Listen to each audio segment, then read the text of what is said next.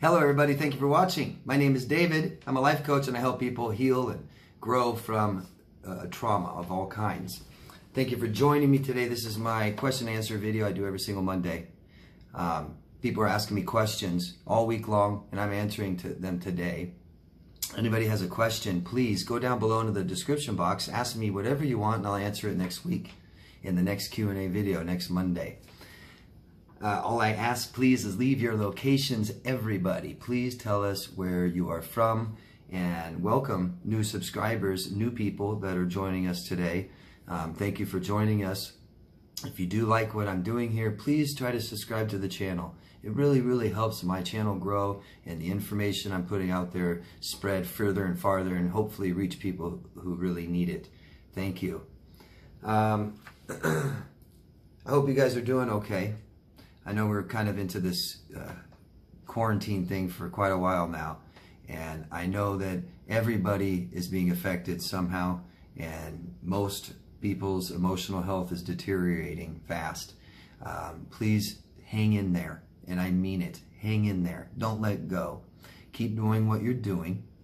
Please try to stick to your schedule. Try to get enough sleep and go to bed early and get up early and take care of your personal hygiene and needs, you know, bathe and put on your makeup if you wear makeup, and try to keep your same schedule. Try to connect with people as much as possible, okay? It's almost over, I believe it is. Something I do every single week, or not every single week, every other week about, I recommend something called Shane's Law Petition. It's about a man named Shane, and Shane was horribly smear campaigned and attacked for quite a long time, to the point where he felt like he had to take his own life. There was no help for him available at the time, he felt like. And so somebody started a petition called Shane's Law in hopes to stop this kind of aggressive attacks on people in public. If you guys could go down below and see the link that says Shane's Law Petition, follow that site, click it. I would really appreciate it. Anybody in the world, really, it would really help. Thank you. I recommend something every single week, and this week I want to recommend an audiobook. I've had a lot of questions lately about raising children, especially after trauma. You know, it can be a little bit different, a little bit harder for the parent. So I want to recommend a audiobook. I have not read this book. Somebody I know has, and says that it helped them navigate their own parenting. And so anybody that reads it, please, I'd love some feedback. The book is called Raising an Emotionally Intelligent Child, The Heart of Parenting. I just love the title. Author is John Gottman. It's usually $19.95 for new members, it's usually $19.95, but new members, you guys, go there. It's $7.95 right now. It's through audiobookstore.com, and I put a link down below in the description box for you guys if you're interested in following that and getting this audiobook for $7.95 and learning how to be a better parent and start raising better children. We need that, right? So that's that. And I'm coming out with I've had a question this week and many other questions about raising children. So I decided to come up with a video tomorrow that will just some things I've learned. Nothing I've gotten from anybody else or read anywhere else or been told by anybody else. Things that I've just picked up and learned that I believe would be really good to raise a child, okay? So I'll come out with that video tomorrow. Thank you. And let's get started with the questions. First one is from M. Shot, and I don't know where you're from. Please, everybody, please tell us your locations. Everyone, stop in, tell us where you're from. It really helps us, okay? It helps us feel a little validated, a little closer. You know, it's not just you. Thank you. Where and how can I figure out if my ex is narcissistic and playing the game or really loves me and I'm not seeing things correctly? I've been back and forth on this for 3 years. I can't seem to get out of this confusion. And you've confused me a little bit because you're using past tense when you said, how can I figure out if my ex is narcissistic? And so you said my ex, but then you're saying, then you're using all present tense and saying playing the game, really loves me, seeing things correctly. You've been back and forth on this for 3 years. So I'm not sure if this is your ex or if this is a current person you're dating, and it matters because I don't know how to answer the question correctly, so I'll answer it both ways. How can you figure out if your ex is narcissistic? Well, first of all, narcissism is a spectrum we are all on. You could say everyone's narcissistic. I think you mean more high in narcissism, high in that spectrum, or do you mean a narcissist, someone with the personality disorder? It's a big difference, okay? And I don't know how you tell. You can't diagnose people, you know, without them knowing and stuff. I mean, you can... well, I'd answer it the same way I'd answer if this is someone you're currently have in your life. Are they narcissistic? So the best thing to always do is get help from a professional that has some education in this, and especially not personal, especially not someone in your family, your friends, stuff like this. It's too hard for them to help you with this kinds of stuff. It's too personal for them. So I know this can be very confusing. You know, I've got to say, it doesn't matter. The title shouldn't matter.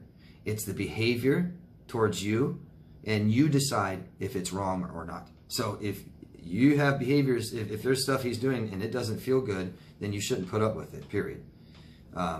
You may try to find out his diagnosis, what's wrong with him, but really it doesn't matter, and you really won't be able to do that much. You can go through the DSM-5, Diagnostic Statistics Manual, version 5, volume 5, and you can read the 9 diagnostic traits, but it's almost impossible to do that by yourself. It can be very, very difficult. You still would, yeah. My best advice is go hire a professional, because if you've been abused by narcissists, you've been in relationships, you've been doing this for 3 years, you're not helping yourself by yourself. You might be getting worse. So hire somebody to help you with this, okay? You deserve it. You're worthy of it. Please. Thank you. And let's see. So Barb asked a question, and I don't know where you're from. Can you please leave me your locations? I'm going to try and say it every single question I read. I've been putting it down into the down in the comment section now. And I'm just would really like it if you guys tell us where you're from. Thank you. So Barb asked, "Hello, David. I have a close friend who is having troubles in her marriage. I'm not qualified to diagnose, but having read a lot of books and watched many videos, I can see she displays clear codependent patterns, and her husband is almost certainly a narcissist. I even asked her questions, and she said, 'Oh my God, how did you know?' I can see she is in a lot of pain. Is there anything I can do to help without interfering or acting like a psych doc or therapist, which I am neither?"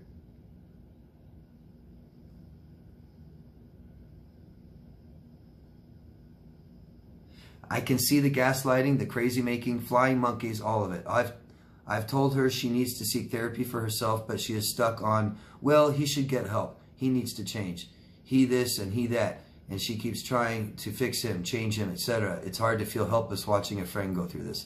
And I mean, you're right. This is what's called codependency, right? And codependency isn't a diagnosis, so you're not diagnosing anybody by acknowledging codependent behavior, right? And we don't need to call him a narcissist or anything like this. And it's amazing she doesn't seem to care that he might have a personality disorder. She just says he needs to get help. So she's not even informing herself correctly on what the problem is in her life. She's very irresponsible, sounds like. She doesn't want to know the truth, it sounds like. Sounds like that she is inviting cognitive dissonance, and she will change the narrative, be deluded, lie to herself, so that she can stay in this very addictive relationship. She's already addicted, okay? So I'm going to tell you something right now. I don't know her, but addictions are always number one. Okay, Barb? So this relationship will come between you and her, and it'll always come before you. Okay? So and I respect that you said you're not a professional and you can't help her, and even if you were a professional, you can't help her. It works like that. Therapists don't offer therapy to their family and their own children and stuff like this. It doesn't work like that. So, but I agree with you. It's nice that you're pointing some things out. It's nice that you're becoming a soundboard for her. And then, so what's the most important is you. And you always first. It matters how this is affecting you, and it matters how you feel. Not what she's doing, not what he's doing. What matters is how you feel first, always, okay? Before her feelings. If this is bothering you, I would try to tell her. If it keeps bothering you, then you have to get away from this too. So you can't be around it too. People that hurt themselves and we care about, people that we care about that hurt themselves, we can't be around that. And they may not be aware, doesn't matter. It might be somebody else that's hurting them and they're just letting them and staying in that relationship, doesn't matter. It might be drugs that are hurting and that they're taking. When it affects me when people I care about are hurting. And if they aren't going to stop it when they can, or they're going to keep doing it to themselves or allowing it, stuff like this, I won't be around it. I won't. If I was sicker, I would be. When I was sicker, I was. Now that I'm healthy, I choose not to be around it to keep my mental health. Okay? So we can't be around this very much, if at all. And that's up for you to decide and draw a boundary and realize I can't be around this anymore. And you might need to tell your friend, just a suggestion. You are sick and you're in an abusive, sick relationship and I can't watch you get hurt anymore. But whenever you decide to stop this, I'll be outside the door waiting for you, but not until then because I don't want to hear it anymore. Just a suggestion. It's all up to you what you decide to do. But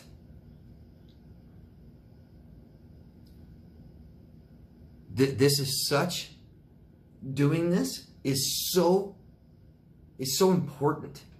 And it's so mandatory. We can't stop people.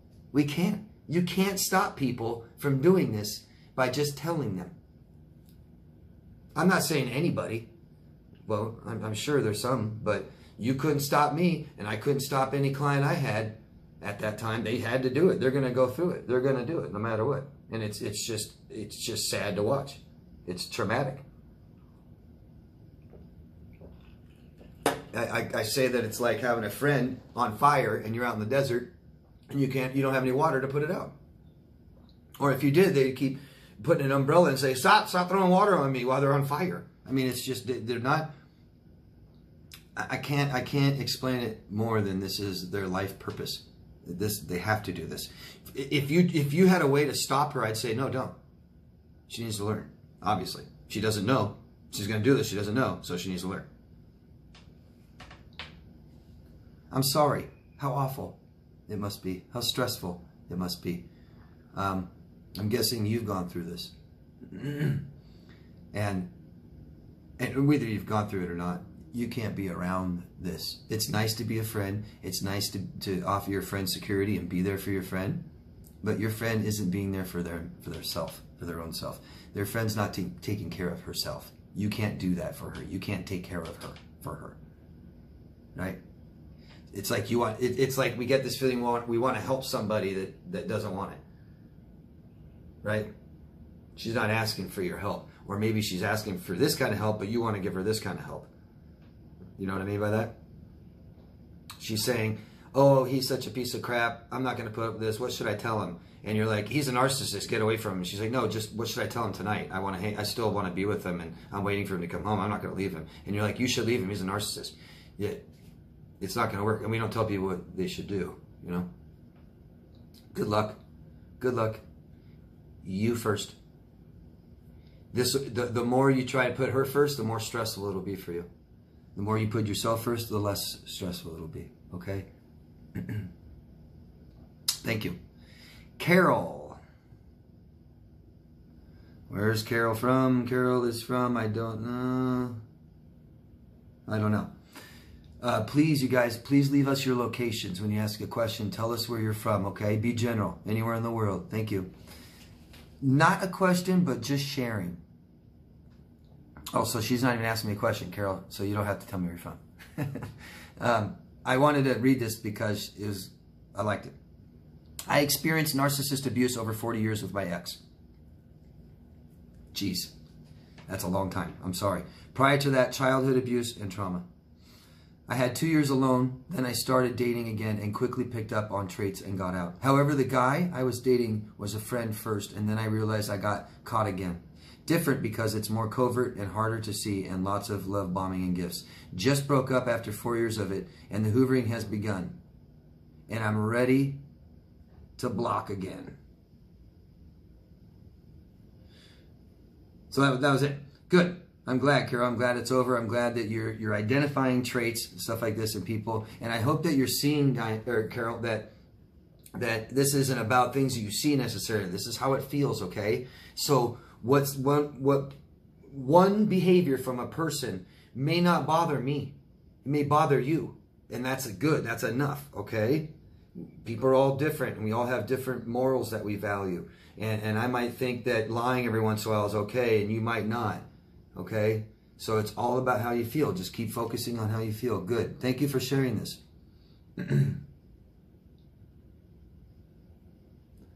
Okay. Next is from Vanessa. Hello, Vanessa. Thank you, David. Great explanation about the triggers and flashbacks. I have them a lot. Places, words, smells, including Netflix. Since we used to enjoy movies with my ex, it's really hard. Step by step, we will get through this, and with the help of God and David. Thank you. Vanessa, yeah. You guys, we have emotional flashbacks. We have things that bother us, things that are hard to, that building's hard to drive by. This route is difficult to take. This restaurant, I don't even want to see. And I never want to eat, I never want to eat sushi again. And I can't drink this drink anymore. And I can't go, I mean, we could do this all day, right? All these cans and cans. So we've got to have a new experience, don't we? So go have a new experience with these things when you're ready. But that's the part where we push ourselves a little bit. Okay? And we take that route to work when we're ready. Not when anybody else tells us. Not when anybody shames us and says, oh, you should, or you get over it, and so-and-so did it, and it doesn't bother me, and God, you're so annoying. And no, it's all about self, checking in with self all the time, what you're comfortable with, okay? Your boundaries. But we push ourselves a little bit so that we can have informed new experiences so that, because I'm telling you, go back to the last time you were there. If the last time you were there was traumatic, that sucks. If the last 2 times you've been there were happy, then that third time ago it was traumatic, it just goes away. It helps so much. Thanks. I just wanted to read that. KM from AZ, I remembered. Hi, David. Thank you for answering my question. Yes, you make sense. I do have a follow-up question. When I explained how their behaviors made me feel, they would reply, thank you for reminding me that I am a piece of shit and for ruining my day. Wow. Jesus. I am that, or they say, I am that dog who keeps forgetting they get kicked and keeps coming back. Were these attempts to shame me for holding them accountable? Thank you. Well, yeah, sounds like, but you're just saying I feel. If you're just saying I feel and they're responding that way, because feelings aren't wrong, they aren't right, and they're yours, not theirs. That's where that enmeshment gets confusing, right? Where codependency gets confusing, and they don't know where their emotions stop and yours start. It just kind of blends together, and if you feel a certain way, then they feel a certain way. And if they feel a certain way, they think that you should feel a certain way. They probably think that you should know how they feel without even asking. It's all codependency crap, okay? Real unaccountable, real irresponsible, and that's just incredible. I mean, the drama, right? You just said you feel a certain way, which means what's feelings? Awareness of what my body is doing. So my body is doing this, and you say, hey, my body is doing this, and they're like, oh God, I'm just a piece of crap, aren't I? I should be dead. And it's like, these are very manipulative people, extremely codependent. Extremely. There's no separation between you and them. Hope that makes sense. Thanks.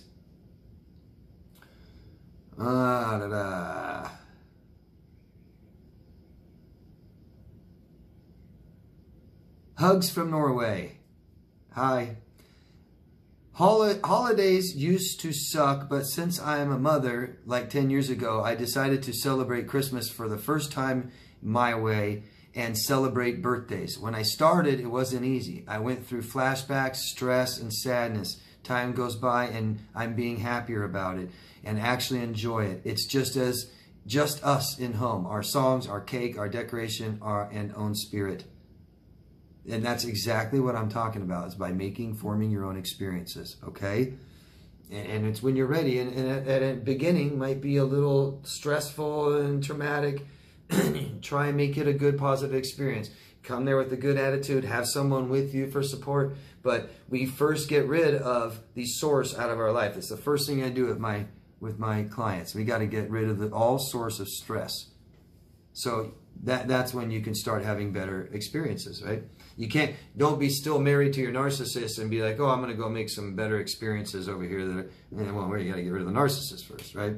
But anyways, yeah, that's great. I wanted to read that to show that's what we got to do. Make new experiences. Thank you. And let's see. Hold on here. Okay. Hi, my name is Lucas. I just got to see here. Hold on. Lucas, you didn't tell us where you are. So everyone, please try and give us your locations. Please, everyone, tell us where you are from. Tell us where you are at. Be general. It could be just the city, or just even the state, or a country, hemisphere, something, okay? Thanks, guys. Hi, my name is Lucas. I've had a horrific story with my ex borderline. She abused me so much that she left me with deep pain lasting 4 years. Oh, you did tell me where you're from. I'm from Bath, United Kingdom. Awesome. Thank you. She, who's 23, I, who's 31, and she manipulated me, left me feeling used sexually. She infected my soul so much that I, who's thinking I'm going to end my life from pain, and on the end, I realized my family, it's highly narcissistic, and father with destructive pathology, and grandmother covert narcissist. She brings only drama without any reason.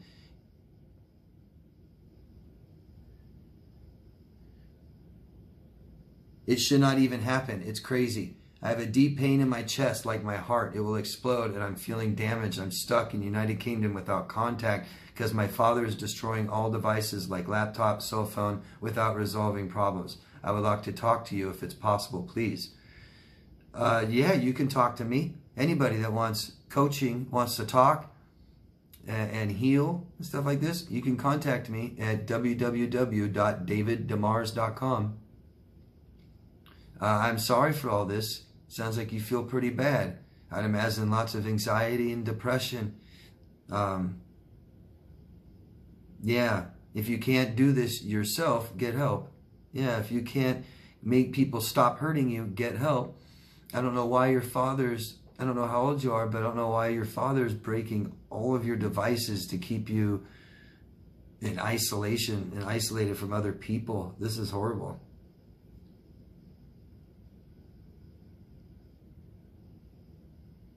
When is the pain going to end? Well, we got to stop doing it, right? We got to stop having people like this in our lives. So if you can't make mom and dad stop hurting you and controlling you, you got to get away from them, okay? I mean it. And we don't, and I tell this to people and they go, oh, I know, but, you know, I want to buy a house.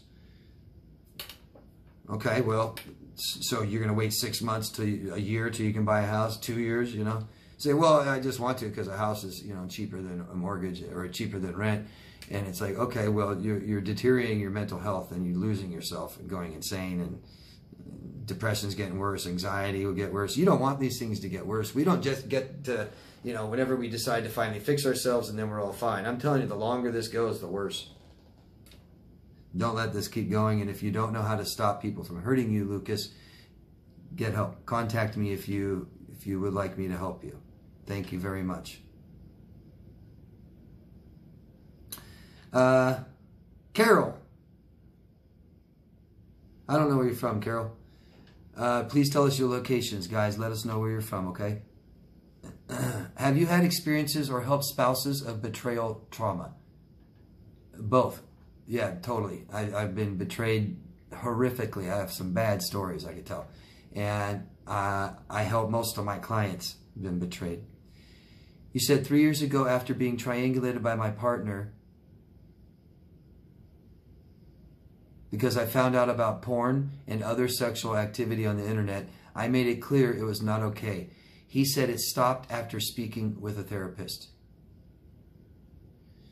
And can you elaborate on that, Carol, more? Because I'm not sure, unless that your question is just, do I have experience? Yeah, I have experience, Carol. Get somebody to help you with this. And it seems like you're having troubles, if I'm guessing right, if I'm guessing wrong, I'm sorry. Sounds like you're having troubles expressing how you feel to this person and having them understand you, emotional connection, and feeling secure in a relationship that it won't ever happen again. Something like that, right, Carol? Okay. I mean, I can tell you this is about meeting your emotional needs, about forming your own boundaries, which are communicating exactly what I just said, what makes you feel so bad. You need security in this relationship, and he should provide that. And if he's not going to provide security in your relationship is over. You can stay in it as long as you would like, but it's over. Emotional security is number one. Number one in our lives. I believe it's the truly most important thing in our lives.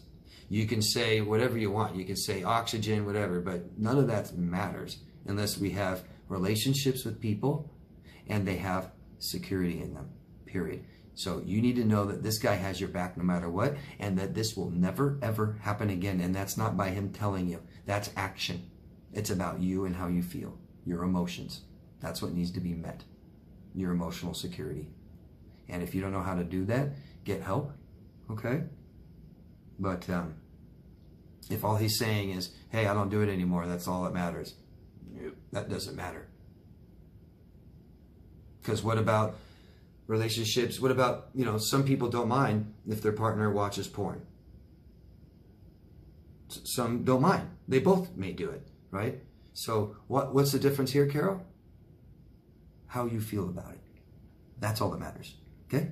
So he needs to make you feel better about it. And I'm sorry works sometimes, and I'm sorry doesn't work other times. It's about how you feel, Carol, okay? Thank you.